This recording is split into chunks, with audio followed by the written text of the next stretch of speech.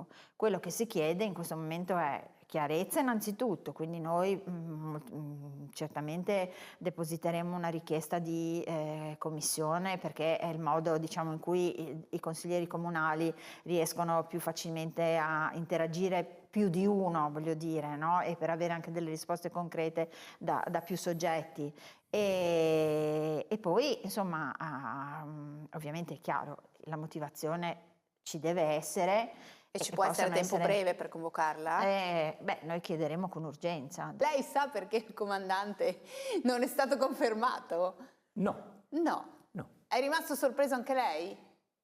Sì, perché non è un qualcosa di normale, normale, questo è chiaro.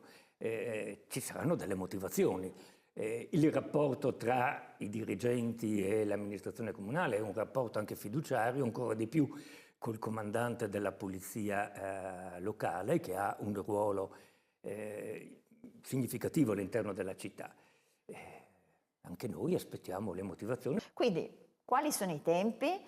E poi adesso ti domando, perché questo mi incuriosisce, il 13 aprile deve iniziare diciamo, doveva partire la ZTL, mi domando se in una situazione di questo tipo è il caso che parta, se pensate di farla partire lo stesso. No? Non ne abbiamo parlato chiaramente perché è successo insomma, ieri, è successo da 2 giorni. ma non vedo il motivo sinceramente, perché le decisioni erano state prese. Certamente l'entrata in vigore della ZTL, meglio delle telecamere, sì, per quanto riguarda gli ingressi alla ZTL, da un punto di vista formale sono una cosa abbastanza facile.